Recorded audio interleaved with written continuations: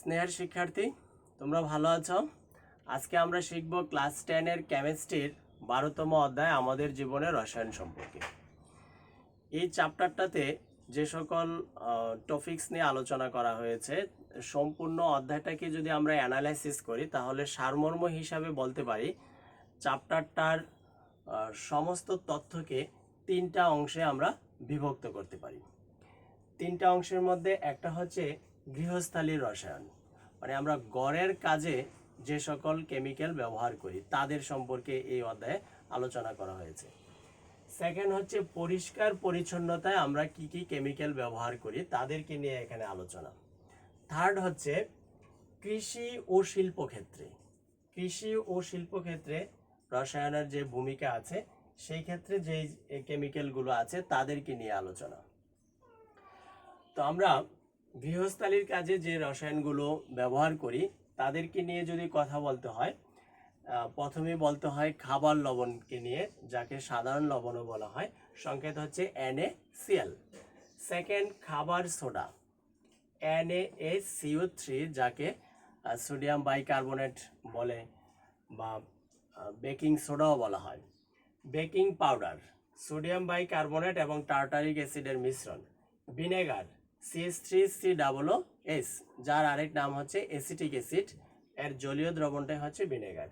কোমল পানীয় H2CO3 carbonic acid.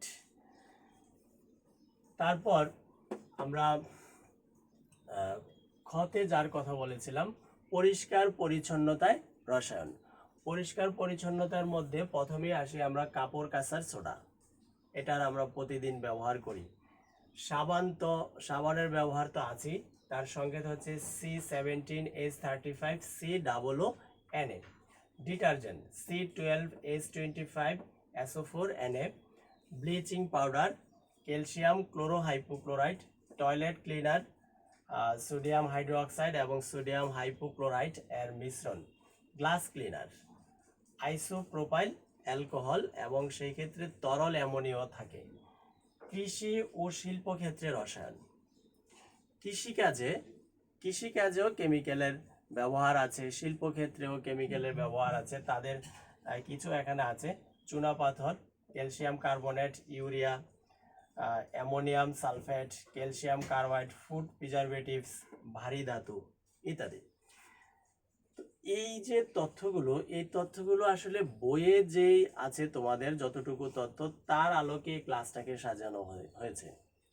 এছাড়াও কিন্তু আরো অসংখ্য কেমিক্যাল আমরা প্রতিনিয়ত ব্যবহার করি, আমাদের জীবনের সাথে জড়িত ওষুধ শিল্পে অসংখ্য কেমিক্যাল ব্যবহার করা হয়। তো সবগুলো নিয়ে আলোচনা সম্ভব না, বইয়ে যে তথ্যগুলো আছে বইয়ের আলোকেই শুধু ক্লাসটা এখানে সাজানো আছে। তো এক্ষেত্রে এই যে কেমিক্যালের সংকেতগুলো, রাসায়নিক পদার্থগুলোর সংকেত, এই সংকেতগুলো তোমাদের পরীক্ষায় প্রায় আসে। এই সংকেতগুলো তোমাদের মনে রাখতে হবে, কারণ একটা উদ্দীপকে সংকেত দেওয়া থাকে, অনেক সময় নাম নাও দেওয়া থাকতে পারে। কোন পদার্থটার সংকেতটা কি, এগুলো তোমরা লিখে রাখো বা মনে রাখার চেষ্টা করো, যাতে পরীক্ষায় আসলে এগুলো ভালোভাবে তোমরা দিতে পারো। আচ্ছা, আজকে আমাদের যেই ক্লাসের মূল আলোচনার বিষয়, সেটা হচ্ছে সম্পূর্ণ চ্যাপ্টারটাকে আমরা 3টা অংশে বিভক্ত করলাম। তো 3টা অংশের মধ্যে আজকে গৃহস্থালির রসায়ন নিয়ে আলোচনা হবে। সেকেন্ড যে ক্লাস, সেটাতে হবে পরিষ্কার পরিচ্ছন্নতায় রসায়নের যে ভূমিকা আছে এই কেমিক্যালগুলো নিয়ে, তাদের সম্পর্কে আমরা ডিটেলস জানবো। থার্ড হচ্ছে কৃষি এবং শিল্পক্ষেত্রে জানবো, আর সাবান কিভাবে কাপড়ের থেকে ময়লাটাকে বের করে নিয়ে আসে তার কৌশল, অত্যন্ত ইম্পর্টেন্ট একটা প্রশ্ন, পরীক্ষাতে প্রায় আসে, ওটার সম্পর্কে আমরা তৃতীয় ক্লাসটাতে জানবো।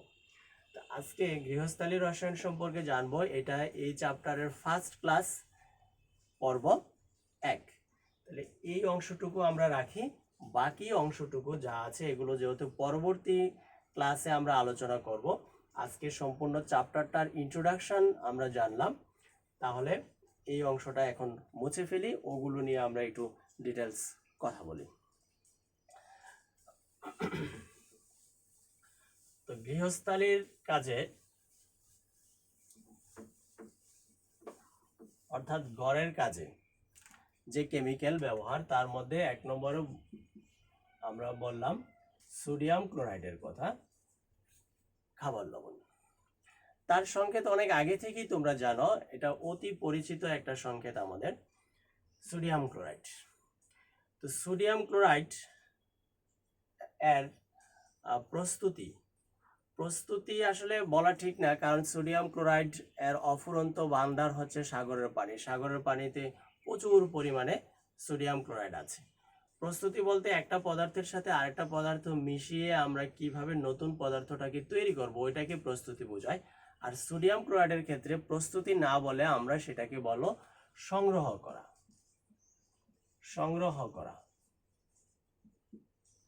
তো সোডিয়াম ক্লোরাইড সংগ্রহ করা, সাগরের পানিতে সোডিয়াম ক্লোরাইড আছে। আর পৃথিবীর 4/3 ভাগই হচ্ছে পানি। তোমরা জানো 4/3 ভাগ পানি। তো এই 3 ভাগ পানির মধ্যে ম্যাক্সিমাম পানি হচ্ছে আবার সাগরের পানি, লবণাক্ত পানি। তো সেই লবণাক্ত পানির মধ্যে 2 থেকে 3% থাকে সোডিয়াম ক্লোরাইড। চিন্তা করা যায় তাহলে সোডিয়াম ক্লোরাইডের কি অফুরন্ত ভান্ডার এই পৃথিবীর মধ্যে আছে। সেই সোডিয়াম ক্লোরাইডকে আমরা সাগরের পানি থেকে কিভাবে সংগ্রহ করি সেই প্রসেসটা আমাদের একটু জানা দরকার। তো যারা এই সোডিয়াম ক্লোরাইডকে সাগরের পানি থেকে সংগ্রহ করে তাদেরকে বলা হয় লবণ চাষী বা সল্ট হারভেস্টার। এই লবণ চাষীরা লবণটাকে খুব একটা চমৎকার মেথডে এটাকে সংগ্রহ করে। অর্থাৎ সাগরের কাছাকাছি, সাগরের পাড়ে যে সমস্ত জমি আছে, যাদের জমি আছে, তারা একটা নালা করে দেয়, সাগরের পানি ওই জমির মধ্যে আসার জন্য একটা ওয়ে করে দেয়, নালা। তো যখন সাগরের জোয়ার হয়, পানি উপরে ওঠে, ওই জোয়ারের পানিটা নালা দিয়ে জমির মধ্যে প্রবেশ করে। তারপর ওই পানিটা যাতে বাটার সময় জমি থেকে বের হইতে না পারে তার জন্য নালাটা চাষিরা বন্ধ করে দেয়। তাহলে পানিটা জমিতে আটকিয়ে গেল। জমিতে আটকানোর পর এবার রৌদ্রে, সূর্যের তাপে জমির পানিটা শুকিয়ে যায়। শুকিয়ে গেলে জমির উপরের দিকে একটা লবণের আবরণ পড়ে, আস্তরণ পড়ে। ওই লবণটাই লবণ চাষিরা পরবর্তীতে সংগ্রহ করে নেয়। এইভাবে যে লবণ সংগ্রহ করা হয় এটা আসলে খাওয়ার উপযোগী না, দেখলেও খেতে ইচ্ছা করবে না। কারণ হচ্ছে ওই লবণের মধ্যে বিভিন্ন ধুলাবালি, ময়লা আবর্জনা, শামুক, ঝিনুক, সাগরের যে জলজ প্রাণী, উদ্ভিদ আছে, এগুলো অনেক কিছু আইসা সেই লবণটার মধ্যে থাকে। তো ওইটা যেহেতু খাওয়ার উপযোগী না, তাহলে খাওয়ার উপযোগী করতে হবে, ওটাকে বলা হয় পরিশোধন করা। তাইলে আমরা লবণ কিভাবে সংগ্রহ করে সেটা জানলাম, কিন্তু এবার খাওয়ার উপযোগী করার জন্য লবণটাকে পরিশোধন করতে হবে।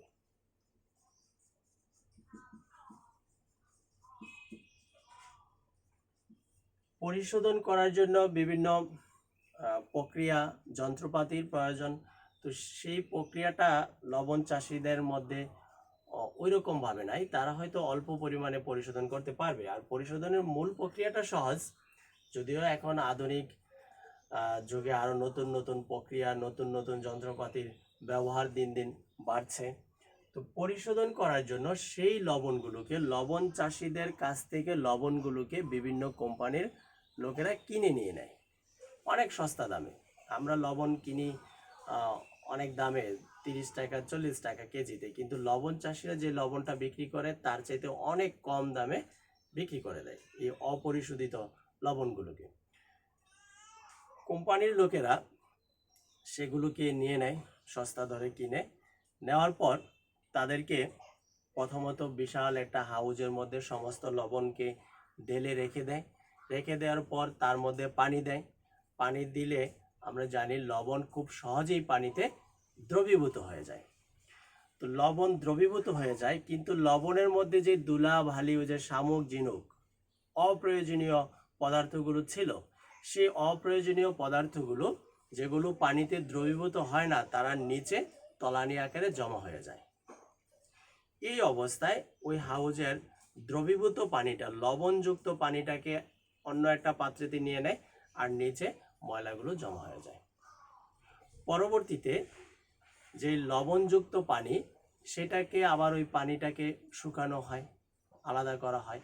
তো পানি যখন শুকিয়ে যায়, ওই নিচে লবণগুলো পড়ে থাকে। এটা হচ্ছে লবণ পরিশোধনের মেইন প্রক্রিয়া। এছাড়াও কিছু কিছু কোম্পানি হয়তো লবণকে আরও আকর্ষণীয় করার জন্য, মিহি করার জন্য আরও ভিন্ন ভিন্ন পদ্ধতি অ্যাপ্লাই করে। তো এইভাবে লবণ পরিশোধন করার পর সেই লবণটাকে কোম্পানি তাদের নিজস্ব প্যাকেটে, নিজস্ব কোম্পানির নামযুক্ত সিলযুক্ত প্যাকেটে সেটাকে প্যাকেট করে বাজারজাত করা হয়।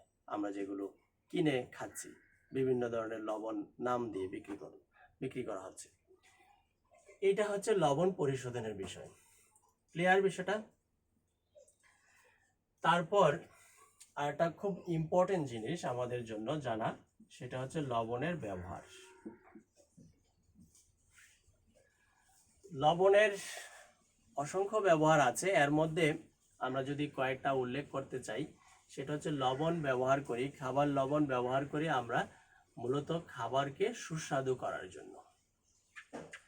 এই যে যত আমরা খাবার খাই, রান্না করা খাবার, সব খাবারের মধ্যেই আমরা একটু নির্দিষ্ট পরিমাণে লবণ দিই। সেখানে একটা নির্দিষ্ট পরিমাণে দিতে হয়, কম বা বেশি কোনোটা দিলেই কিন্তু খাবার মজার হবে না।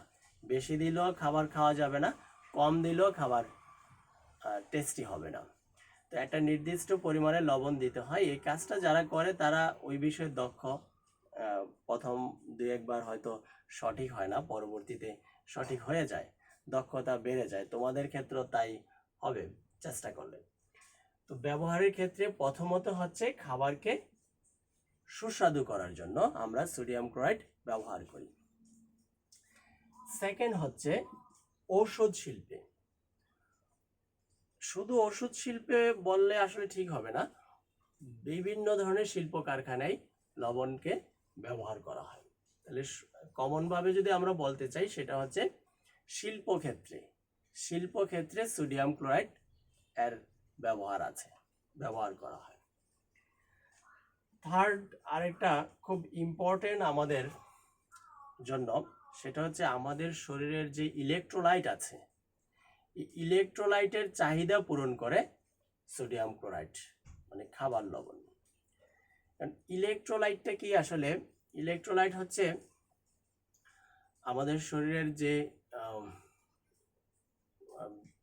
স্নায়ুর যে তথ্য আদান প্রদান হয়, সেক্ষেত্রে আমাদের শরীরের মধ্যে যে সমস্ত আয়নগুলো থাকে, যেমন সোডিয়াম ক্লোরাইড যখন আমাদের শরীরে থাকে তখন সোডিয়াম আয়ন, ক্লোরিন আয়ন ইত্যাদি আয়ন আকারে থাকে। তাছাড়াও বিভিন্ন ধরনের লবণ আমাদের শরীরে যে থাকে, এগুলো আয়ন আকারে থাকে। এই আয়নগুলোই হচ্ছে ইলেকট্রোলাইট।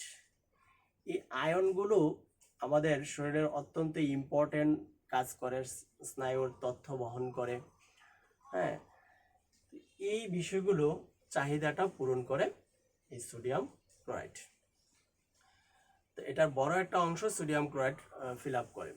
তো যদি আমাদের শরীরে ইলেকট্রোলাইটের চাহিদা পর্যাপ্ত পরিমাণে কম থাকে, মানে চাহিদাটা যদি যতটুকু থাকার কথা তার চাইতে যদি ইলেকট্রোলাইটের পরিমাণ আমাদের শরীরে কমে যায়, তাহলে কিন্তু আমরা মারাত্মক অসুস্থ হয়ে যাব। মানে তাৎক্ষণিক যে কোনো বড় ধরনের অসুস্থ হওয়ার সম্ভাবনা থাকে। সেন্সলেস থেকে শুরু করে মৃত্যু হওয়ার পর্যন্ত ঝুঁকি থাকে। তো ইলেকট্রোলাইটটার চাহিদা বিশেষ করে অভাব দেখা দেয় যদি আমরা ডিহাইড্রেশনে ভুগি, তারপরে ডায়রিয়া, এ সমস্ত অসুখ যদি হয়, তারপর শরীর থেকে অতিরিক্ত ঘাম বের হয়ে যায়, তখন আমাদের শরীরে এই ইলেকট্রোলাইটের ঘাটতি দেখা দেয়। এই জন্য তোমরা দেখবা যে ডায়রিয়া হলে যে খাবার লবণ, নিজের তৈরি করা স্যালাইন, এগুলো খাওয়া যায়। যদি বাজার থেকে কিনে নিয়ে আসার ওই স্যালাইনের ব্যবস্থা না থাকে, তাহলে নিজেরাও স্যালাইন তৈরি করে খাওয়া যায়। তাছাড়া শরীর থেকে অতিরিক্ত ঘাম বের হইলে তখন এই আয়নগুলো, লবণগুলো শরীর থেকে বের হয়ে যায়, তখন আমরা অসুস্থ হয়ে যাই। সেই ক্ষেত্রে স্যালাইন খেতে হয় ওটার চাহিদা ফিল আপ করার জন্য। তাইলে দেখো, সোডিয়াম ক্লোরাইড বা এই খাবার লবণের ব্যবহারের মধ্যে 1 নম্বর হচ্ছে খাবারকে সুস্বাদু করা, দ্বিতীয়ত হচ্ছে শিল্পক্ষেত্রে আমরা সোডিয়াম ক্লোরাইড ব্যবহার করি, তৃতীয়ত হচ্ছে আমাদের শরীরের ইলেকট্রোলাইটের চাহিদা পূরণ করে সোডিয়াম ক্লোরাইড, আর ম্যাক্সিমাম একটা চাহিদা পূরণ করে সোডিয়াম ক্লোরাইড। আচ্ছা, তারপরে সোডিয়াম ক্লোরাইড নিয়ে আরো একটা ইম্পর্টেন্ট প্রশ্ন আসে সোডিয়াম ক্লোরাইডকে নিয়ে, ওটা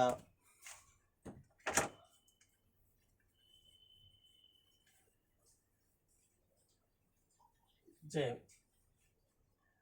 বর্ষাকালে খাবার লবণ খোলা রাখলে সেটা গলে যায় কেন, গলে যাওয়ার কারণটা কি?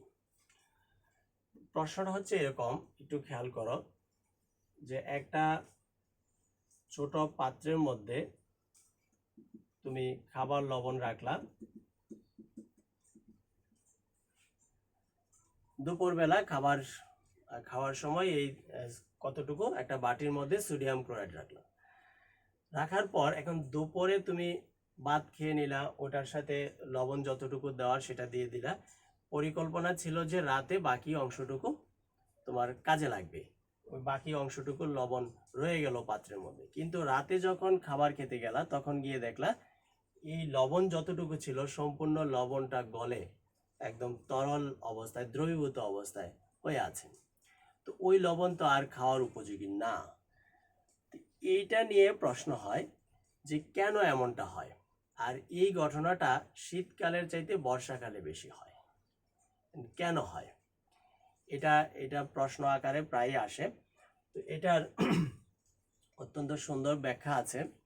ব্যাখ্যাটা হচ্ছে আমরা যে খাবার লবণ খাই সেই খাবার লবণের সংকেত হচ্ছে সোডিয়াম ক্লোরাইড, এটা আমরা সবাই জানি, কিন্তু আসলে যেই লবণটা আমরা খাই এটা সম্পূর্ণই সোডিয়াম ক্লোরাইড না, মানে তার মধ্যে 100%ই সোডিয়াম ক্লোরাইড না, কিছু অন্য লবণও আছে। অন্য লবণগুলো কি? ম্যাগনেসিয়াম ক্লোরাইড এবং ক্যালসিয়াম ক্লোরাইড। এই লবণগুলো সোডিয়াম ক্লোরাইডের সাথে মিশ্রিত থাকে, তাদের পরিমাণ খুবই কম, 1% 2% এরকম, কিন্তু 98 বা 99%ই হচ্ছে সোডিয়াম ক্লোরাইড। এই লবণগুলো সাগরের পানিতে থাকে, ওই লবণ চাষিরা যখন লবণ সংগ্রহ করে তখনও সোডিয়াম ক্লোরাইড যেভাবে চলে আসে, ঠিক ম্যাগনেসিয়াম ক্লোরাইডও তাদের সাথে মিশে থাকে, ওটা কেউ বোঝে না, বোঝারও উপায় নেই। তাহলে magnesium chloride, calcium chloride sodium ক্লোরাইডের সাথে লুকায়িত অবস্থায় থাকে। এই যে ম্যাগনেসিয়াম ক্লোরাইড এবং ক্যালসিয়াম ক্লোরাইড তারা হচ্ছে পানিগ্রাসী পদার্থ, এর মধ্যে থাকে তারা পানিগ্রাসী, অর্থাৎ এরা কোথাও পানি পেলে পানিটাকে শোষণ করে। তো আমরা জানি বাতাসের মধ্যে প্রচুর জলীয় বাষ্প থাকে, প্রচুর জলীয় বাষ্প থাকে। এটার খুব চমৎকার উদাহরণ হচ্ছে ফ্রিজ থেকে ঠান্ডা কোনো কিছু যদি আমরা বের করে একটু রেখে দেই, দেখবা যে তার গায়ের মধ্যে কিছুক্ষণ 4-5 মিনিট পরে প্রচুর পানি আইসা জমা হয় বিন্দু বিন্দু আকারে, একসময় ওই বস্তুটা থেকে গড়ায়া পানিই পড়তে থাকে। এই যে বাহিরে আইসা পানি জমা হয়, বাহিরে পানি জমা হয় আসলে বাতাসের পানিটা, বাতাসের জলীয় বাষ্পটা গিয়ে জমা হয়। প্রচুর বাতাসে জলীয় বাষ্প আছে, আমরা হয়তো সেটা ওইভাবে অনুভব করি না সবসময়। এই জলীয় বাষ্পগুলোকে, এবং এই জলীয় বাষ্প শীতকালে কম থাকে, বর্ষাকালে আর্দ্রতা বেশি থাকে, জলীয় বাষ্প বেশি থাকে, এই জন্য বর্ষাকালে এই গলে যাওয়ার প্রক্রিয়াটা সাধারণত বেশি দেখা যায়। তো ম্যাগনেসিয়াম ক্লোরাইড এবং ক্যালসিয়াম ক্লোরাইড বাতাসের এই জলীয় বাষ্পকে টেনে নিয়ে আসে, কারণ তারা পানি গ্রাসী পদার্থ, পানি গ্রাস করতে চায়, পানি শোষণ করতে চায়। বাতাসের জলীয় বাষ্পটা যখন তারা শোষণ করে নিয়ে আসে, এই লবণের সংস্পর্শে যখন পানি আসে তখন লবণটা তো গলবেই, সম্পূর্ণ লবণটাই তখন গলে যায়, যেটা খাওয়ার উপযোগী আর থাকে না। ক্লিয়ার বিষয়টা?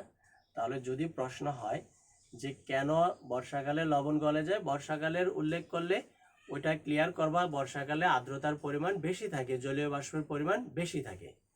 আর কেন গলে যায়, মূলত দায়ী হচ্ছে লবণটা কখনোই আমরা যেই লবণ খাই সেটা বিশুদ্ধ না, 100% শুধু সোডিয়াম ক্লোরাইড না।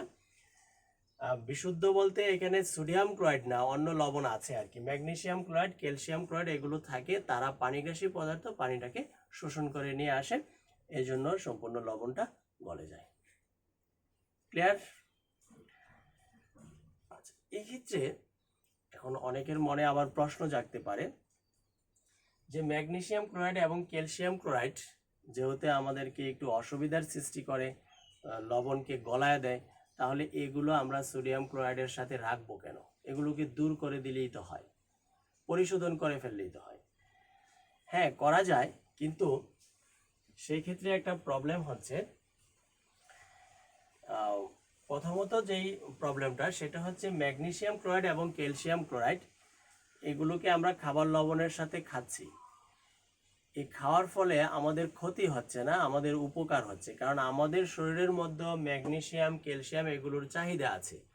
ওই ইলেকট্রোলাইটগুলো আবার ফিল আপ করতেছে ম্যাগনেসিয়াম এবং ক্যালসিয়াম।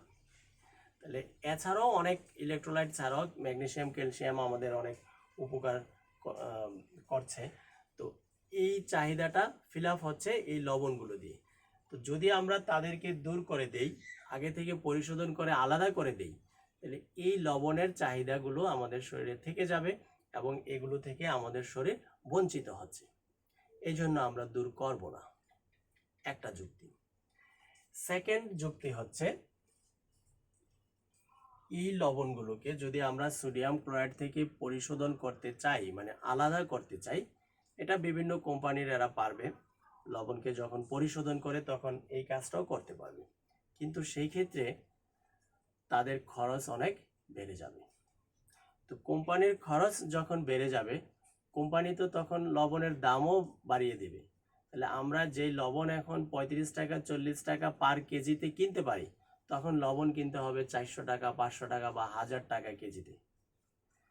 তাহলে ক্ষতিটা কিন্তু আমাদের অনেকভাবে শেষ পর্যন্ত আমাদের কাছেই চলে আসলো। তো এই লবণ অতিরিক্ত দাম দিয়ে কিনতে হবে, এটা প্রবলেম। তাইলে খেয়াল করে দেখো, লবণ গলে যাওয়া একটা প্রবলেম, কিন্তু ওই প্রবলেমকে সলভ করার জন্য যদি ম্যাগনেসিয়াম, ক্যালসিয়ামকে বাদ দিতে চাই, তাহলে আমাদের নতুন আরও প্রবলেমের সৃষ্টি হবে। এই জন্য আমরা এগুলোকে বাদ দিই না, এগুলো থাকে, সমস্যা নাই। কিছু লবণ গলে যায় তো যাক, আর আমরা যদি সাবধান থাকি, লবণটাকে ডেকে রাখি, জলীয় বাষ্পের সংস্পর্শে আসতে না দেই, তাহলেও লবণ গলবে না। আর লবণকে, খাবার লবণকে সবসময় ডেকে রাখাই উচিত, কারণ খাবার লবণের মধ্যে আয়োডিন থাকে, আয়োডিন মিশ্রিত থাকে। আমাদের শরীরের জন্য আয়োডিন খুবই প্রয়োজন, অনেক রোগ প্রতিরোধ ক্ষমতা বাড়িয়ে দেয় এই আয়োডিন। তো খোলা রাখলে আয়োডিনও চলে যায়, এই জন্য খাবার লবণকে সবসময় ডেকে রাখাই উচিত।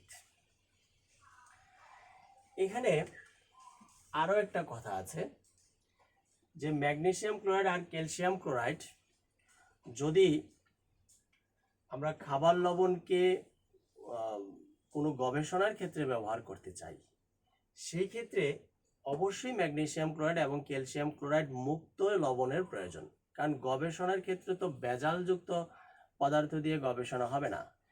সেই ক্ষেত্রে সোডিয়াম ক্লোরাইডটা হইতে হবে বিশুদ্ধ, মানে শুধু সোডিয়াম ক্লোরাইড ছাড়া অন্য কোনো পদার্থ থাকলে হবে না। এই জন্য গবেষণার ক্ষেত্রে যে সমস্ত খাবার লবণ ব্যবহার করা হয়, ওই ক্ষেত্রে ম্যাগনেসিয়াম, ক্যালসিয়াম মুক্ত লবণের প্রয়োজন, এবং ওই লবণের অনেক দাম। ল্যাবরেটরিতে গবেষণার ক্ষেত্রে যেই সোডিয়াম ক্লোরাইড ব্যবহার করা হয়। ক্লিয়ার? আশা করি বিষয়টা তোমরা বুঝতে পেরেছ।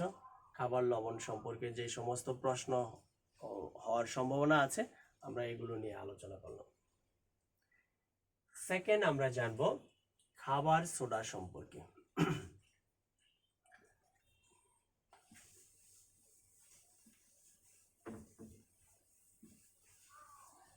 খাবার সোডা, খাবার সোডার সংকেত হচ্ছে সোডিয়াম বাইকার্বনেট, NaSCO3। এটা কিভাবে প্রস্তুত করা হয়? খাবার সোডা প্রস্তুতির প্রক্রিয়াটা হচ্ছে কার্বন ডাই অক্সাইড, অ্যামোনিয়া আর পানি, এই তিনটা পদার্থকে একসাথে দিয়ে বিক্রিয়া করার সুযোগ করলে তৈরি হয় অ্যামোনিয়াম বাইকার্বনেট। অ্যামোনিয়াম বাইকার্বনেট, খেয়াল করো NH3 অ্যামোনিয়ার মধ্যে 3টা হাইড্রোজেন আছে, আর এখানে পানির মধ্যে আছে 2টা হাইড্রোজেন। একটা হাইড্রোজেন এর সাথে যুক্ত হয়ে যায় অ্যামোনিয়ার সাথে, পানি থেকে একটা হাইড্রোজেন এই জায়গায় চলে আসে, তাহলে তৈরি হয়ে গেল NH4 অ্যামোনিয়াম, যার নাম। আর CO2 আছে, 2টা অক্সিজেন আছে, এখান থেকে একটা অক্সিজেন চলে আসে, হয়ে যাচ্ছে CO3। আর পানির ওই যে আরেকটা হাইড্রোজেন ছিল সেটা হচ্ছে HCO3। HCO3 আরেকটা যৌগমূলক যার নাম হচ্ছে বাইকার্বনেট অথবা হাইড্রোজেন কার্বনেট। এর সম্পূর্ণ যৌগটার নাম হচ্ছে অ্যামোনিয়াম বাইকার্বনেট। এই যৌগটা, এটা খাবার সোডা এখনো তৈরি হয় নাই। অ্যামোনিয়াম বাইকার্বনেটের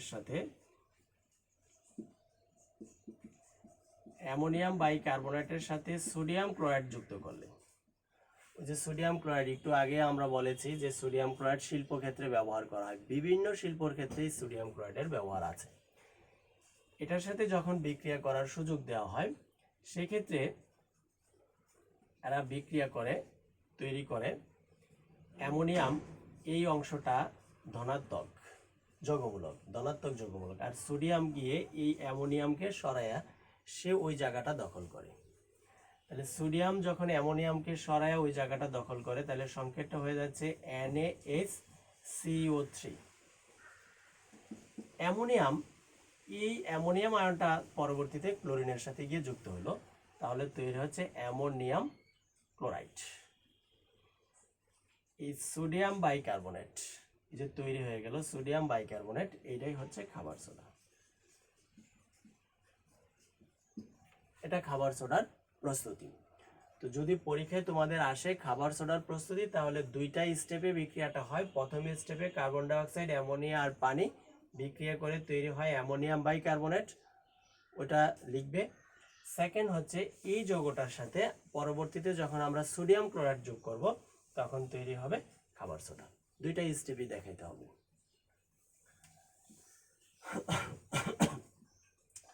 তারপরে আমরা যদি বলি খাবার সোডার ব্যবহার,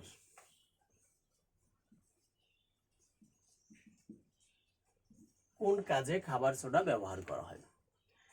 খাবার সোডার ব্যবহার নাম থেকেই বোঝা যাচ্ছে, খাবার সোডা মানে খাবারের সাথে কিছু কিছু খাবার প্রসেস করার সময় এটাকে দেওয়া হয়, সোডাটাকে দেওয়া হয়। বিশেষ করে রান্না করা হয় এরকম খাবার, যেমন এছাড়াও ওই যে ফাস্ট ফুড জাতীয় খাদ্য, বিশেষ করে ভাজা পুরি, যে সমস্ত খাদ্যগুলো আছে, পরোটা, পুরি, সিঙ্গারা, তারপরে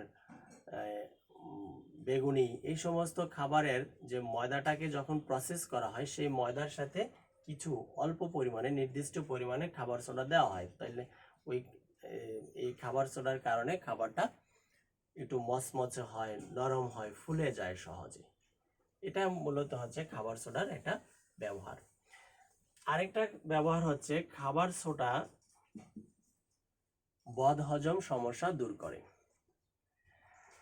তো যদি অ্যাসিডিটির পরিমাণ বেড়ে যায় পাকস্থলীতে, তখন খাবার সোডা খেলে, খাবার সোডা যেহেতু একটা ক্ষার জাতীয় পদার্থ, পাকস্থলীর অ্যাসিডিটিকে সে প্রশমিত করে দেয়। সেখানে একটা বিক্রিয়া হয়, প্রশমন বিক্রিয়া হয়ে সেটা খাবার বদহজম সমস্যাটা দূর করে। তো ওই বিক্রিয়াটা হচ্ছে প্রশমন বিক্রিয়া আর কি। যেমন সোডিয়াম বাইকার্বনেট, আর আমাদের পাকস্থলীতে তোমরা জানো HCl থাকে, এটা বিক্রিয়া করে সেই ক্ষেত্রে তৈরি হয়ে যায় সোডিয়াম ক্লোরাইড এবং পানি আর কার্বন ডাই অক্সাইড। পানি আর কার্বন ডাই অক্সাইড দেখা যাচ্ছে না, আর একটু উপরে লিখি। এক্ষেত্রে সোডিয়াম বাইকার্বনেট HCl এর সাথে বিক্রিয়া করে তৈরি হচ্ছে sodium chloride, carbon die oxide আর হচ্ছে পানি। তো পাকস্থলীতে অ্যাসিডিটি বেড়ে গেলে, বদহজম সমস্যা হলে তখন এই সোডিয়াম বাইকার্বনেট অর্থাৎ খাবার সোডা খাওয়া হয়, বদহজম সমস্যা দূর হয়, কারণ সেই ক্ষেত্রে প্রশমন বিক্রিয়া তৈরি হয়ে যায় আর অ্যাসিডিটি থাকে না, কমে যায়। তো এই বিষয়টা এখন অবশ্য খুব একটা করা হয় না, কারণ অ্যাসিডিটি কমানোর জন্য এখন অনেক ঔষধ আছে, আর ওষুধটা তার চাইতে নিরাপদ, কারণ ওষুধের একটা নির্দিষ্ট পরিমাণ থাকে।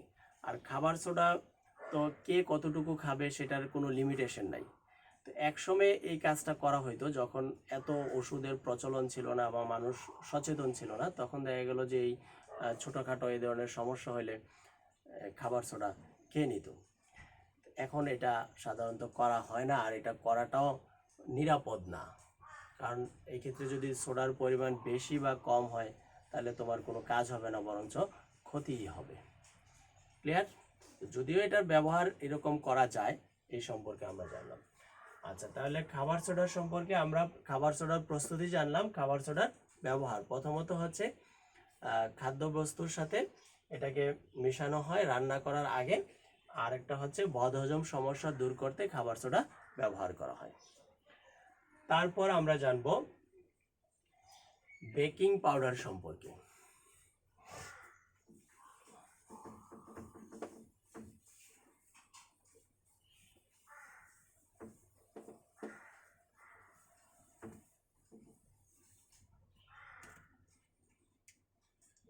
তৃতীয় হচ্ছে বেকিং পাউডার।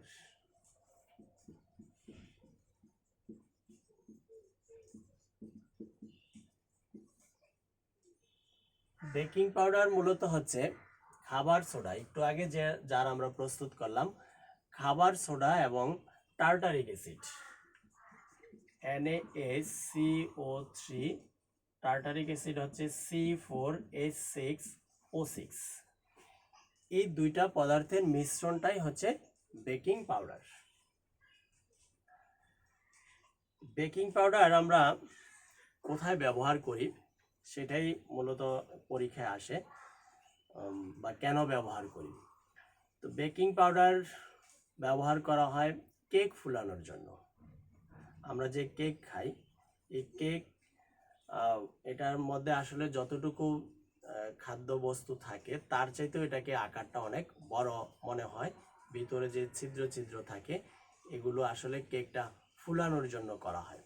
তো কেক ফুলানোর জন্য মূলত ব্যবহার করা হয় এই বেকিং পাউডার।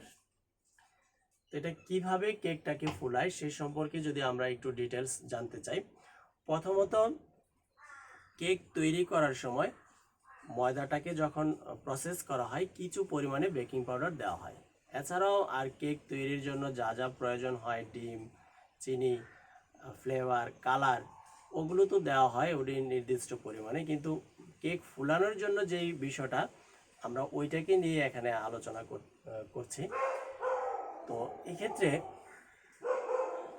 সোডিয়াম বাইকার্বনেট এবং টার্টারিক অ্যাসিড এদের যে ভূমিকাটা আছে, তো এই কেককে তৈরি করার পর এগুলো সব প্রসেস করা হইলো, তারপরে কেককে ওই রকম একটা শেপে দিয়ে সাজের মধ্যে দিয়ে সেটাকে ওভেনে দেওয়া হয়।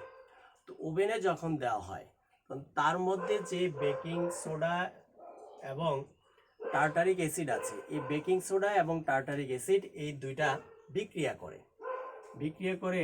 বিক্রিয়াটা হচ্ছে এরকম, সোডিয়াম বাইকার্বনেট আর হচ্ছে টার্টারিক অ্যাসিড C4H6O6, এটা বিক্রিয়া করে সোডিয়ামটা এই টার্টারিক অ্যাসিডের যে হাইড্রোজেন আছে 6টা হাইড্রোজেন, এই 6টা হাইড্রোজেনের মধ্যে 2টা হাইড্রোজেনকে সরিয়ে দেয়। 2টা হাইড্রোজেনকে সরায়ে পরবর্তীতে বিক্রিয়াটা এরকম হয়, H4 থাকে Na2, 2টা হাইড্রোজেন সরে গিয়ে 2টা সোডিয়াম এখানে প্রবেশ করলো, আর O6। তারপরে তৈরি হয় কার্বন ডাই অক্সাইড। CO3 যে আছে, CO3 ভেঙে গিয়ে সেখানে CO2 থাকে। এবার খেয়াল করো, এখান থেকে যে দুইটা হাইড্রোজেন সরে গেল, ওই দুইটা হাইড্রোজেন এই জায়গা থেকে যে পানি, যে অক্সিজেন আছে CO2 এর মধ্যে, তার সাথে মিলে তৈরি হয় পানি। আর এগুলো সমতা করার জন্য এখানে 2 দেওয়া প্রয়োজন। তাহলে পরবর্তীতে যে পদার্থগুলো তৈরি হলো সেটার নাম হচ্ছে সোডিয়াম টার্টারেট। এটা সোডিয়াম টার্টারেট, আগে ছিল এটার নাম টার্টারিক অ্যাসিড, পরবর্তীতে তৈরি হয়ে গেল সোডিয়াম টার্টারেট, কার্বন ডাই অক্সাইড আর হচ্ছে পানি।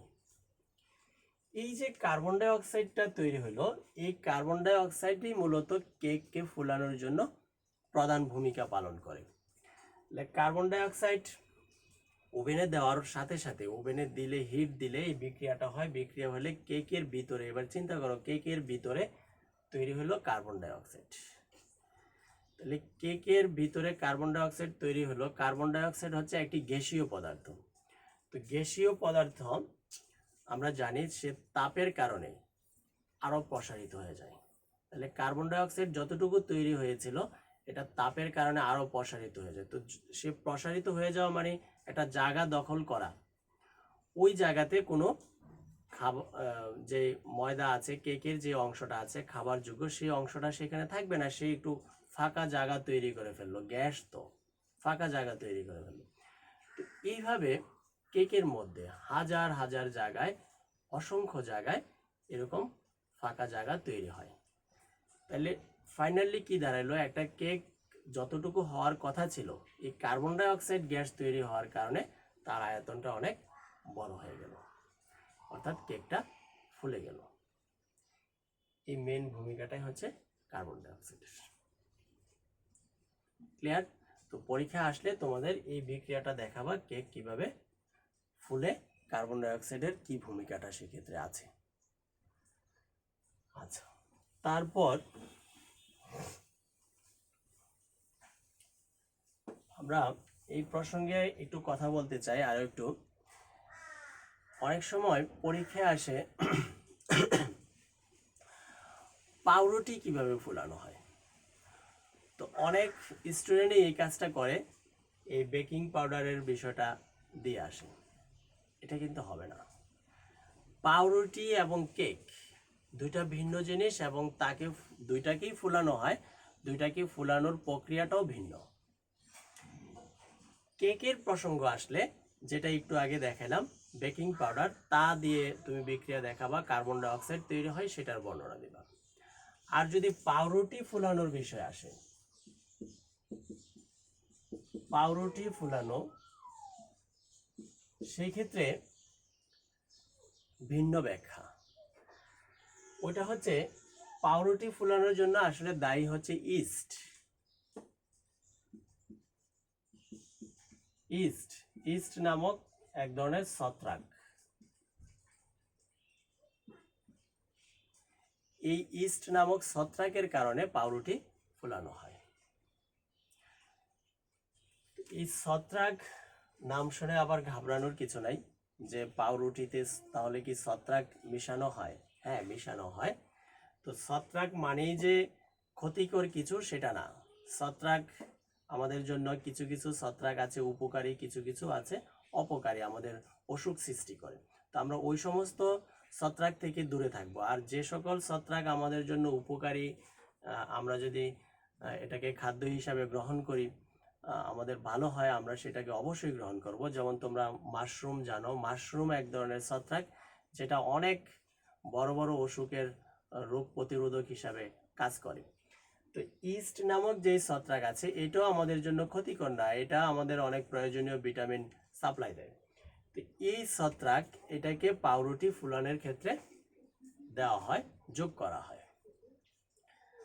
তাহলে ইস্ট নামক ছত্রাকটা কিভাবে পাউরুটি ফুলায় সেটা সম্পর্কে আমরা একটু কথা বলি। এই ক্ষেত্রেও পাউরুটিকে তৈরি করার জন্য যে প্রসেস করা হয়, ওই প্রসেস করার সময় কিছু ইস্ট ময়দার সাথে মিশিয়ে দেওয়া হয়। তাহলে ইস্ট ময়দার সাথে যখন মিশিয়ে দেওয়া হলো, আবার কিছু চিনিও দেওয়া হয়, কারণ পাউরুটি তোমরা দেখবা পাউরুটি খেতে একটু মিষ্টি মিষ্টি লাগে। তো চিনি পাওয়ার পর এটার মধ্যে যেই ইস্ট দেওয়া হলো, এই ইস্টগুলো চিনিকে খেয়ে ফেলে, শোষণ করে ফেলে। তো শোষণ করার পর ইস্টের ভিতরে, ইস্ট যেহেতু ছত্রাক, এটার প্রাণ আছে, তার ভিতরে শ্বসন প্রক্রিয়া হয়। শ্বসন প্রক্রিয়ায় কার্বন ডাই অক্সাইড তৈরি হয়।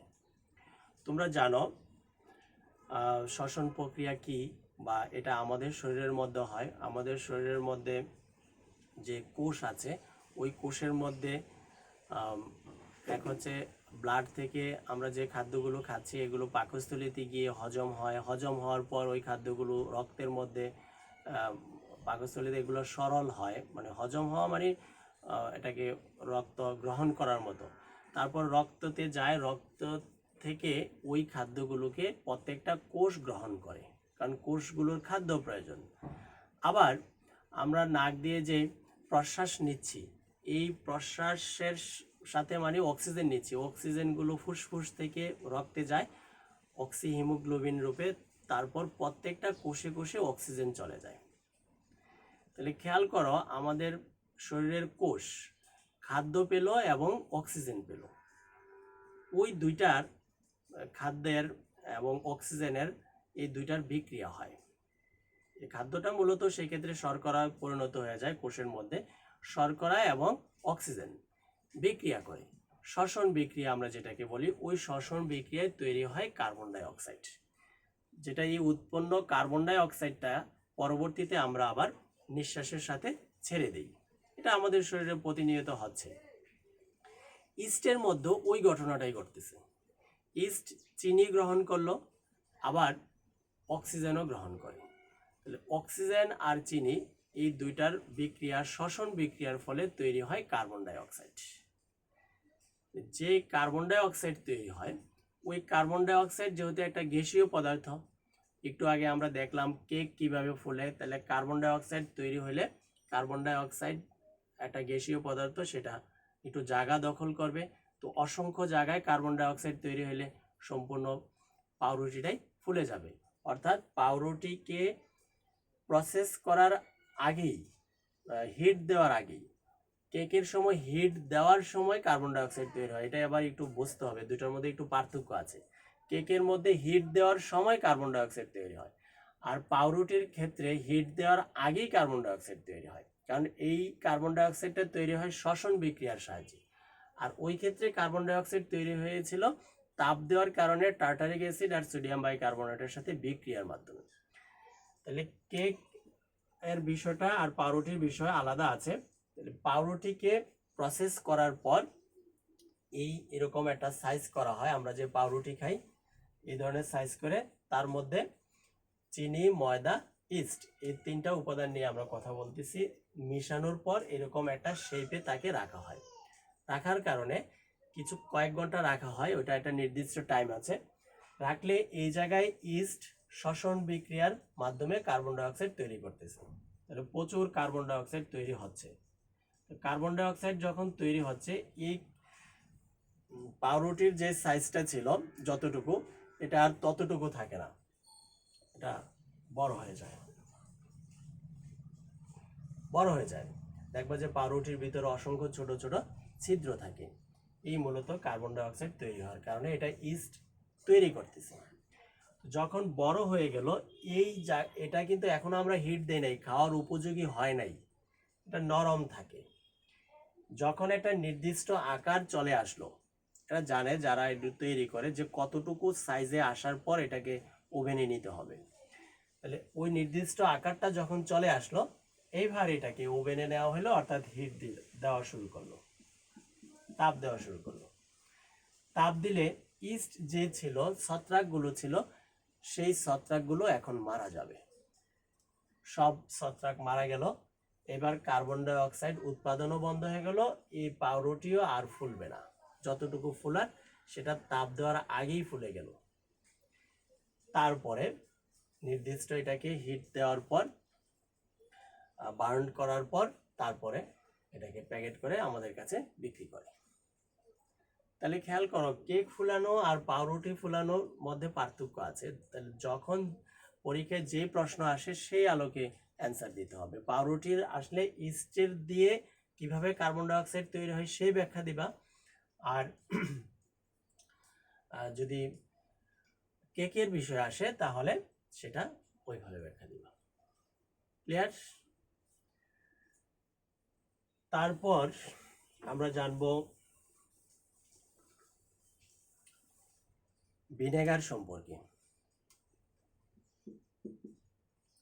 ভিনেগারের মূল উপাদান হচ্ছে CH3COOS, যেটা অ্যাসিটিক অ্যাসিড নামে আমাদের কাছে পরিচিত। তো ভিনেগারের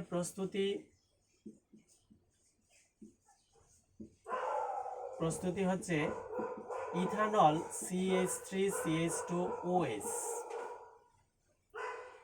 এই ইথানলের সাথে অক্সিজেন যুক্ত করে AC2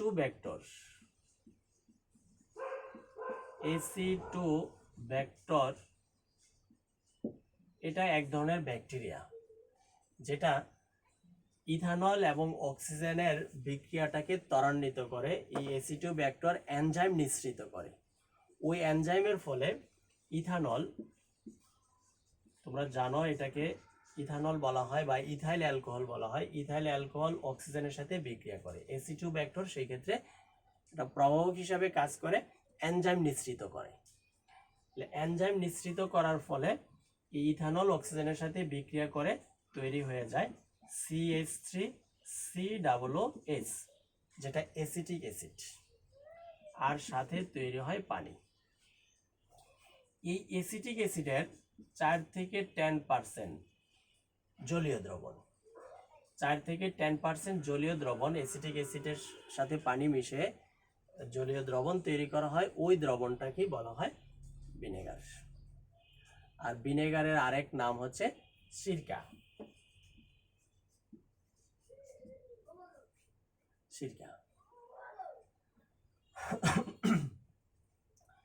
ভিনেগারের ব্যবহার সম্পর্কে আমরা যদি বলি, এগুলো ব্যবহার তোমরা জানো অনেক। ভিনেগারের ব্যবহার হচ্ছে, এটা রান্নার ক্ষেত্রে ব্যবহার করা হয়, সালাদ তৈরির ক্ষেত্রে ব্যবহার করা হয়, মাছ মাংস ইত্যাদি রান্নাটাকে সহজ করার জন্য, টেস্টি করার জন্য ভিনেগার ব্যবহার করা হয়। এছাড়াও ভিনেগারের আরও ব্যবহার হচ্ছে আচার, সস, এগুলোকে দীর্ঘদিন যদি আমরা সংরক্ষণ করে রাখতে চাই তাহলে এই ভিনেগার ব্যবহার করা হয়। মাছ মাংস ম্যারিনেট করতে ভিনেগার তো ব্যবহার করা হয়, সিরকা ব্যবহার করা হয়। তাছাড়া আচার, সস এগুলোকে দীর্ঘদিন ভালো রাখার জন্য, সংরক্ষণ করার জন্য ভিনেগার ব্যবহার করা হয়।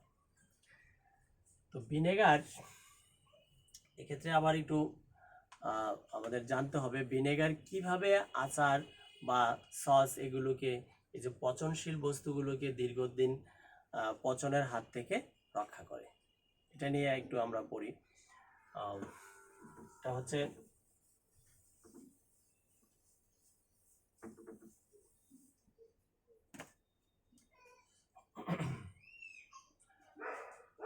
তোমরা জানো যে যে কোনো কিছুকে পচানোর জন্য মূলত দায়ী হচ্ছে ব্যাকটেরিয়া। ব্যাকটেরিয়া যদি কোথাও না থাকে তাহলে কোনো কিছুই পচবে না। তাহলে পচানোর জন্য, খাবারকে পচানোর জন্য ব্যাকটেরিয়াই দায়ী। তো ব্যাকটেরিয়া হচ্ছে একটি এককোষী প্রাণী এবং তার বাইরের যে আবরণটা সেটা প্রোটিন দিয়ে তৈরি, প্রোটিন। তো ভিনেগারের মধ্যে থাকে CH3COOS। তো এটা পানির সংস্পর্শে যখন আসে বা পানি তো থাকেই, তখন আয়নিত হয়ে যায় COO, আর এটা হচ্ছে প্রোটন। এটা সকল অ্যাসিডই প্রোটন আয়ন থাকে, ভিনেগারের মধ্যে যেহেতু আছে তাই এটা প্রোটন আয়ন আকারে হয়ে গেল। এই প্রোটন আয়নটা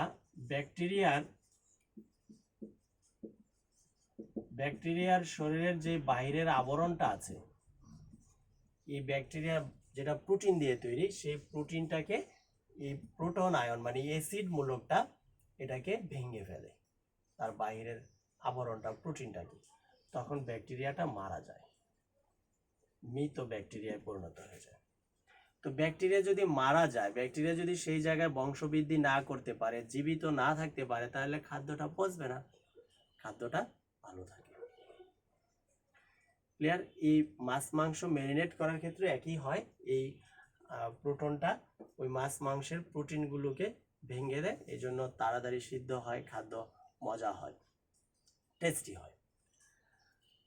আচ্ছা, তারপরে আমরা জানবো এই আজকের আলোচনার একেবারে শেষ দিকের যে অংশটা আছে, কোমল পানীয় সম্পর্কে, যার আরেক নাম হচ্ছে সফট ড্রিঙ্কস।